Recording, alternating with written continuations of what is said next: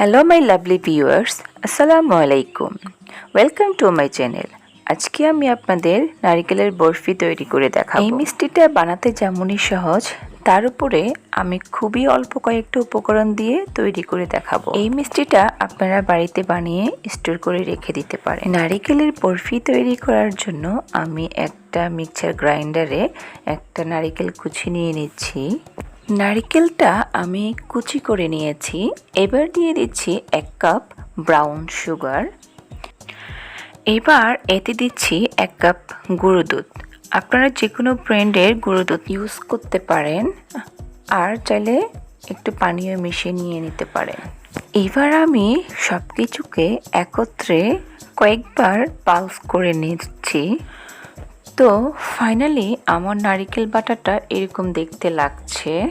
আমি নারিকেল বাটাটা বেশি মিহি করে বাটিনি, তবে বড় দানা থেকে যাবে এমন করে যাতে বাটা না হয়। এবারে একটা ননস্টিক প্যানের মধ্যে আমি নিয়ে নিচ্ছি 2 টেবিল চামচ ঘি। ঘিটা একটু গরম হয়ে গেলে এর মধ্যে নারিকেলের মিশ্রণটা আমি দিয়ে দেব। মিডিয়াম টু লো ফ্লেমে এটাকে নাড়তে হবে যতক্ষণ না পর্যন্ত পানিটা শুকিয়ে আসছে। আপনারা যদি এটাকে ননস্টিক পাতিলে বানান তাহলে ক্রমাগত নাড়ার দরকার নেই, 1-2 মিনিট অন্তর নেড়ে নিলেই হবে। কিন্তু আপনারা যদি এটাকে অন্য কোনো পাতিলে বানান তাহলে নিচে লেগে কিংবা ধরে যাওয়ার একটা চান্স থাকে, সেক্ষেত্রে আপনাকে কন্টিনিউয়াসলি নেড়ে যেতে হবে। নরম থাকতে থাকতে এখানে আমি দিয়ে দিচ্ছি 1 টিস্পুন এলাচের গুঁড়ো। এলাচের গুঁড়োটা দেওয়ার পর কন্টিনিউয়াসলি নেড়ে যেতে হবে। এলাচের গুঁড়োটা দেওয়ার পরে খুব সুন্দর একটা গন্ধ আসবে।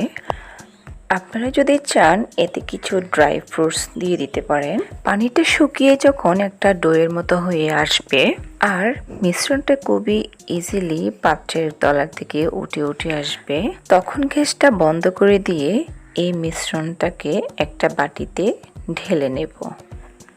আমি আজকে যে পাত্র ব্যবহার করব সেই পাত্রে একটু ঘি ঢেলে একটু গ্রিস করে নিচ্ছি।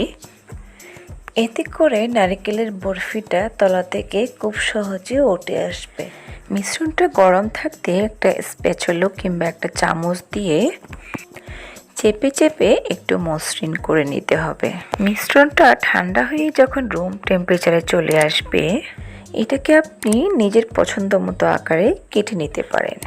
আমার দেখানো সহজ রেসিপিগুলো যদি আপনাদের ভালো লেগে থাকে, আমার চ্যানেলটিকে অবশ্যই সাবস্ক্রাইব করবেন এবং পাশে থাকা বেল আইকনটি অন করে দিবেন। এতে করে আমি যখনই কোনো রেসিপি পাবলিশ দিব তখনই আপনাদের কাছে নোটিফিকেশন পৌঁছায় যাবে। এই মিষ্টিটা বানিয়ে আপনারা বাড়িতে স্টোর করতে পারেন।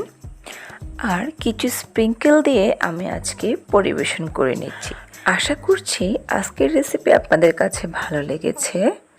ভালো থাকবেন সবাই। আল্লাহ হাফেজ।